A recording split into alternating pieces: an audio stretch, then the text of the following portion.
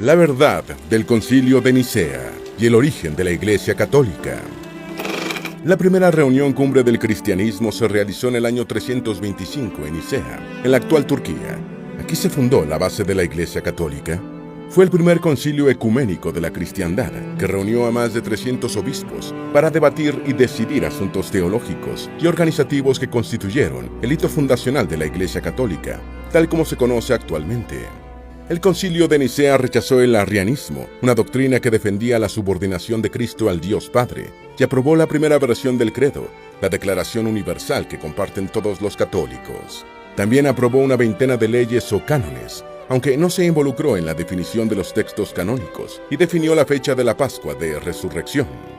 El gran artífice de Nicea fue el emperador romano Constantino I el Grande, y el concilio es señalado como el evento fundacional de la estrecha relación entre Iglesia y Estado, que tanto influyó en la historia posterior de Europa. ¿Por qué se dice que Constantino nunca fue cristiano? Hoy te contaremos todo sobre el Concilio de Nicea, la primera asamblea ecuménica del cristianismo. ¿Qué fue el arrianismo y por qué el arrianismo causa tanta controversia aún en nuestros días?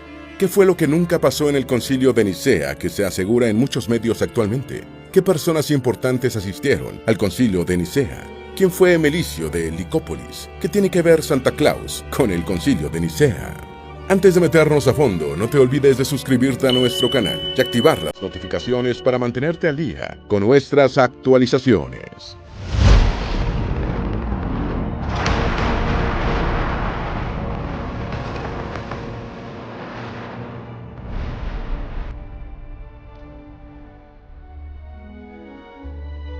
Según Teodoreto de Ciro, asistieron obispos a los que les habían arrancado ojos y mutilado las manos.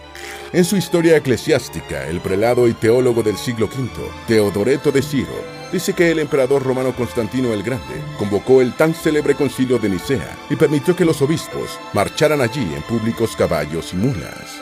Cuando todos los que pudieron soportar la fatiga del viaje lograron llegar, el emperador mismo fue allí, tanto para ver una gran asamblea de prelados como para restablecer la inteligencia perfecta entre ellos. Ordenó que se les proveyera de todo lo necesario y se encontraron en número de 318 obispos. Teodoreto comenta el estado físico de algunos de los asistentes, diciendo: Pablo, obispo de Neocesarea, baluarte cercano del Éufrates, había sentido los efectos de la furia de Licinio, perdiendo el uso de sus manos, porque los nervios que le dan movimiento habían sido quemados con un hierro candente. Había otros a los que les habían arrancado el ojo derecho y otros a los que les habían cortado el corvejón. Pafnucio de Egipto fue uno de los primeros. En fin, fue esta una asamblea de mártires. El artífice del Concilio de Nicea mató a su esposa y a su hijo un año después de la asamblea ecuménica.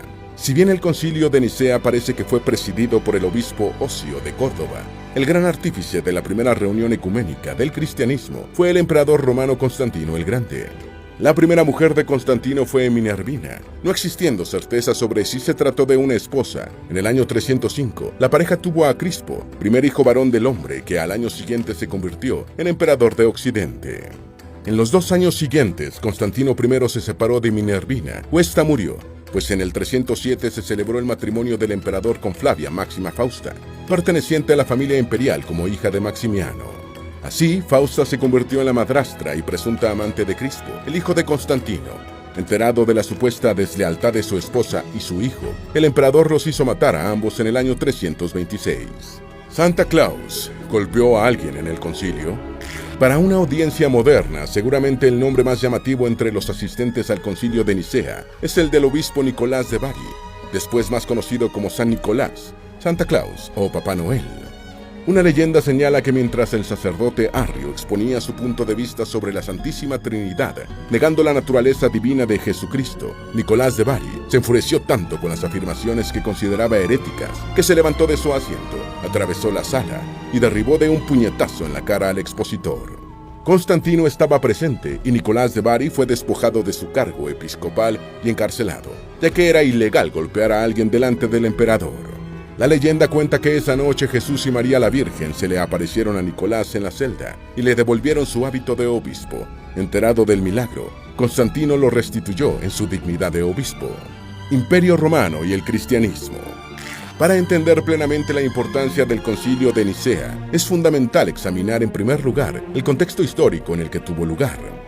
El siglo IV de la Era Común marcó el inicio de una era de transformación para el Imperio Romano, cuando el cristianismo comenzó a alcanzar influencia y prominencia.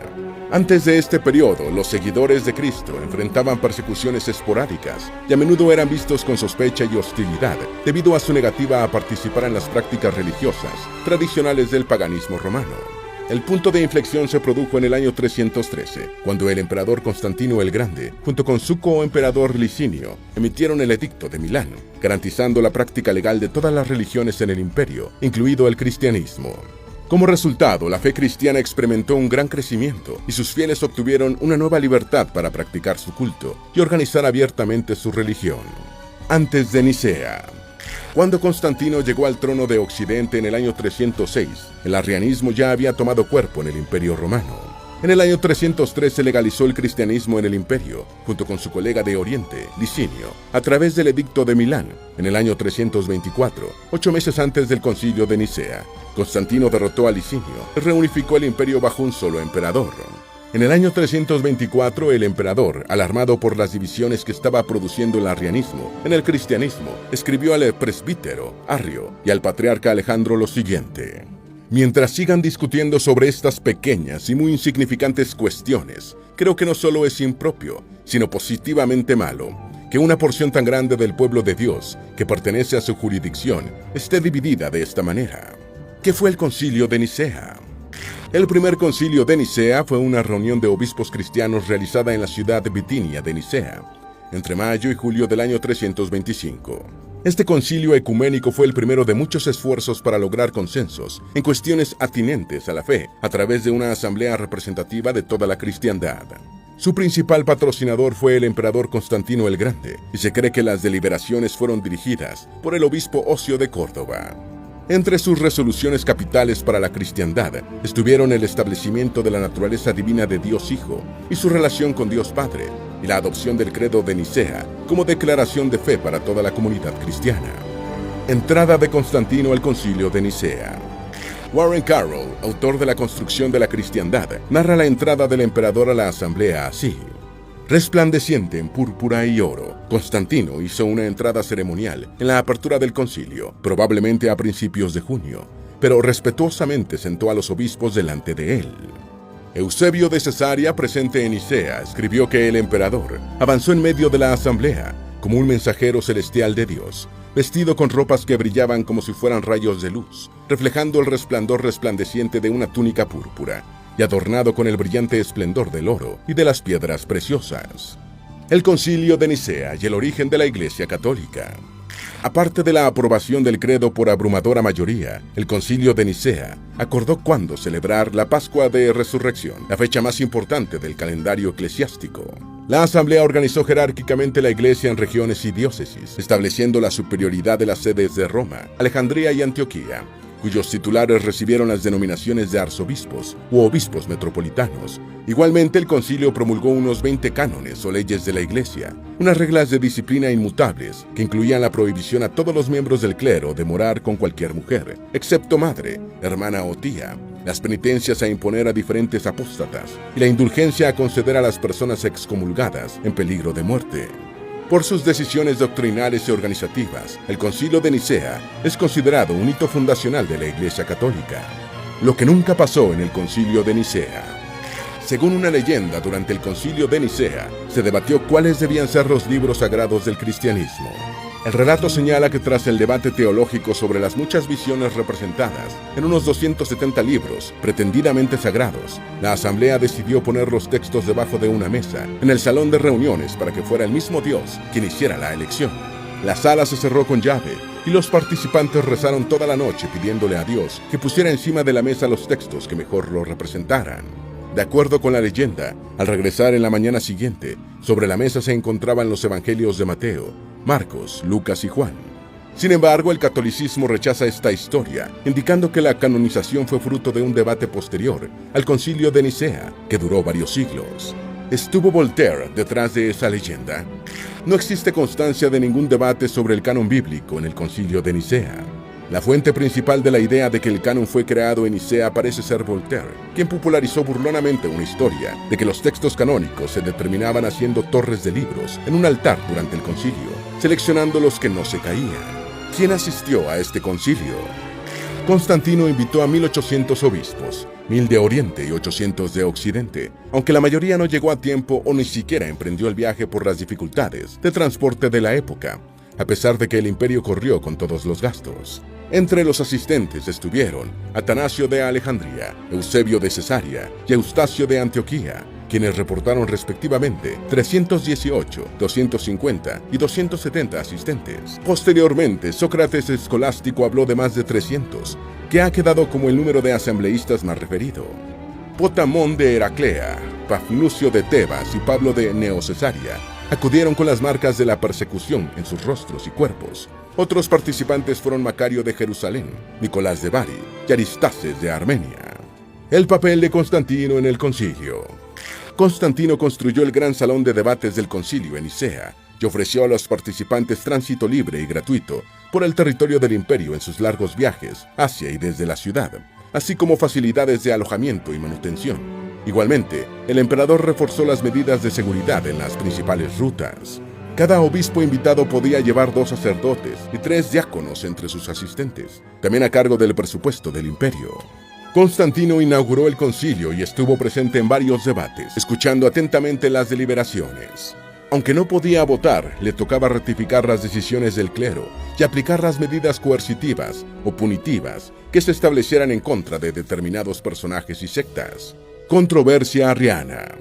El tema más candente que le tocó debatir al concilio de Nicea fue la controversia arriana, una serie de disputas cristianas sobre la naturaleza de Cristo, que comenzó con una polémica entre los teólogos Arrio y Atanasio de Alejandría.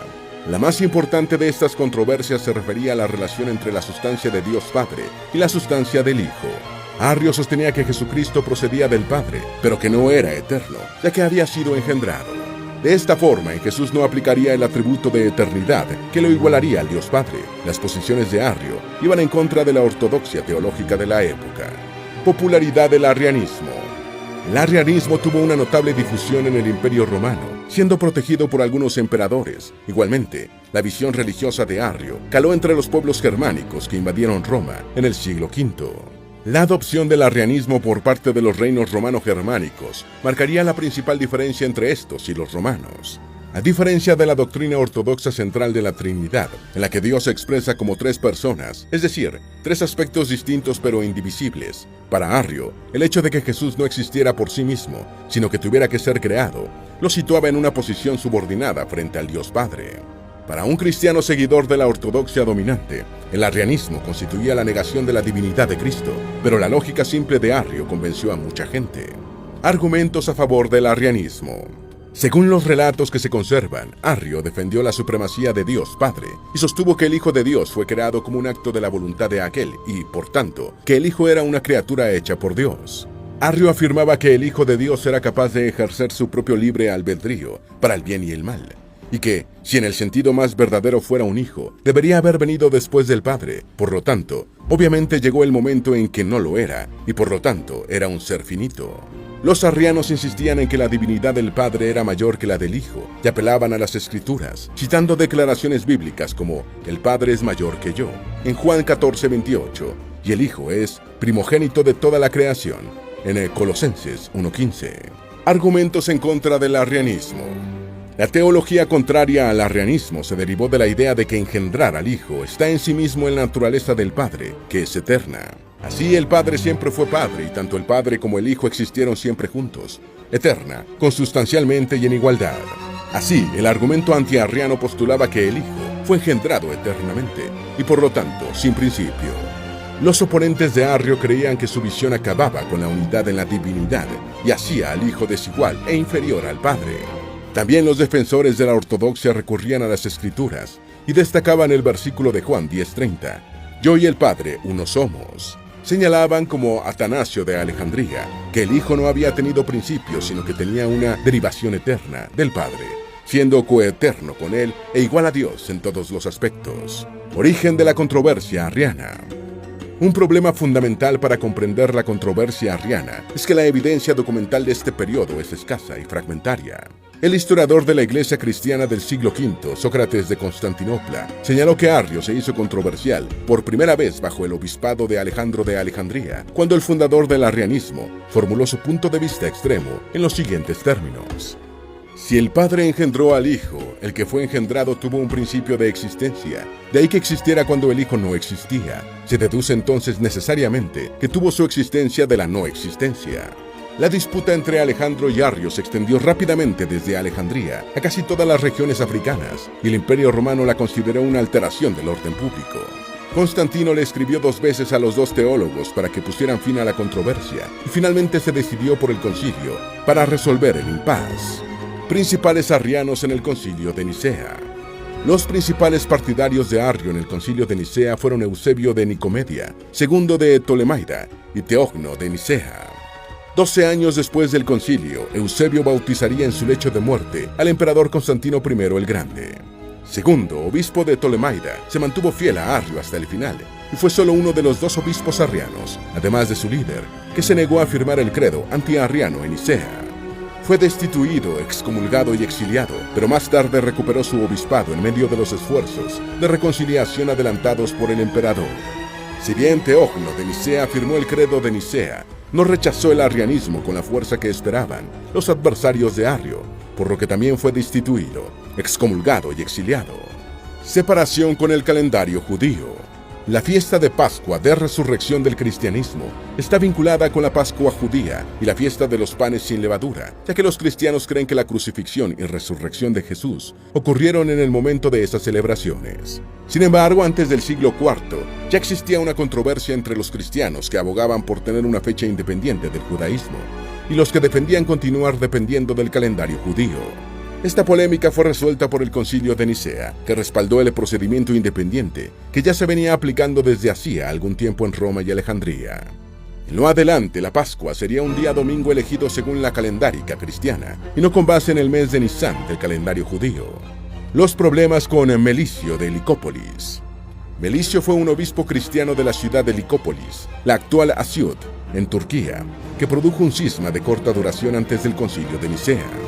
Melicio se negaba a administrar la comunión a los cristianos que habían abjurado de su fe durante las persecuciones romanas, y su postura rigurosa contrastaba con la opinión de la mayoría de los obispos de aceptar de nuevo a los que parecían querer volver sinceramente al rebaño.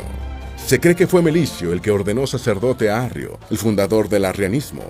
En el concilio de Nicea intentó hacer la paz con Melicio y sus seguidores, aunque tras su muerte 2 años después de la reunión ecuménica, los melicianos se pusieron al lado de los arrianos y existieron como secta separada hasta el siglo V. Establecimiento del credo universal. La mayoría de los asistentes al concilio de Nicea querían hacer una declaración definitiva que dejara más allá de toda duda que Jesús no estaba de ninguna manera subordinado al Dios Padre, como pretendían los arrianos. El resultado fue el Credo de Nicea, la primera declaración universal y clara de la creencia en el cristianismo en ser emitida oficialmente por la Iglesia. El credo fue posteriormente modificado varias veces para responder a nuevos debates similares al arrianismo, pero se trató de variantes de la Declaración de Nicea, y la versión que se mantuvo fue confirmada en el Concilio de Constantinopla del año 381. Buena parte del texto del credo original de Nicea fue redactada para contrarrestar el arrianismo, al señalar: creemos en un solo Dios, Padre Todopoderoso, Creador de todas las cosas visibles e invisibles, y en un solo Señor, Jesucristo, el Hijo de Dios, engendrado del Padre, unigénito, es decir, de la sustancia del Padre. Y más adelante: pero en cuanto a los que dicen, existió cuando no existía, y antes de nacer no existía, y que surgió de la nada, o que afirman que el Hijo de Dios es de otra hipóstasis o sustancia, o creado, o está sujeto a alteración o cambio, estos la Iglesia Católica y Apostólica anatematiza. Parte del debate no fue entendido por los asistentes. El significado preciso de muchas de las palabras utilizadas en las deliberaciones de Nicea aún no estaba claro para los hablantes de lenguas diferentes al griego.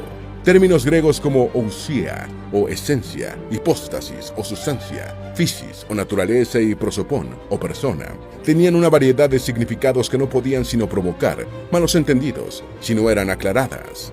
La palabra homo, usios, equivalente a la misma sustancia, no fue del agrado de muchos asambleístas, debido a sus resonancias gnósticas, ya que el gnosticismo la usaba en su teología, y esta creencia había sido condenada previamente en el Sínodo de Antioquía.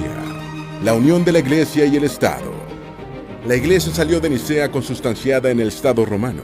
Arrio llegó a la asamblea con 18 obispos arrianos y 16 cambiaron de camisa en el transcurso de las deliberaciones, la mayoría por miedo a las consecuencias de encontrarse en el bando derrotado. El concilio de Nicea decidió exiliar a Arrio y a los 2 obispos que le mantuvieron su fidelidad, a Iliria, en la península balcánica, decisión ejecutada por el gobierno de Constantino. El imperio igualmente apoyó la decisión de quemar todos los documentos arrianos y condenó a muerte a las personas que los conservaran. Así, Nicea estableció el precedente de la unidad de la Iglesia con el Estado, que sería característica de buena parte de Europa durante la Edad Media.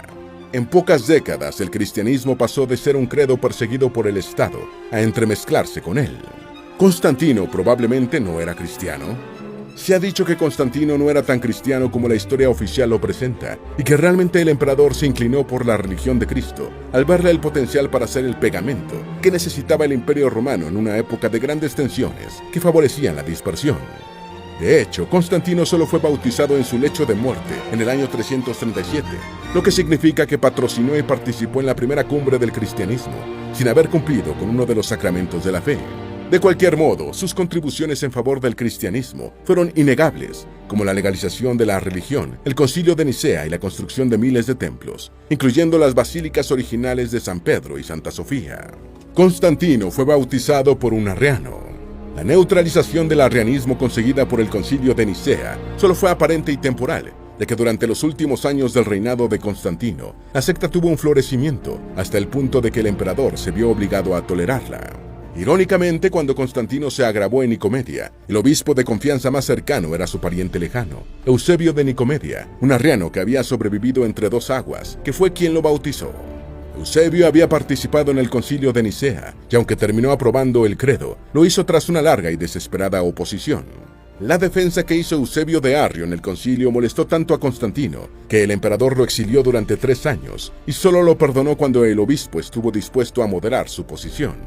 Para muchos, este último detalle arriano en la vida de Constantino confirmaría que su inclinación por el cristianismo solo estaba fundada en el interés político de lograr la paz y la unidad en el Imperio Romano.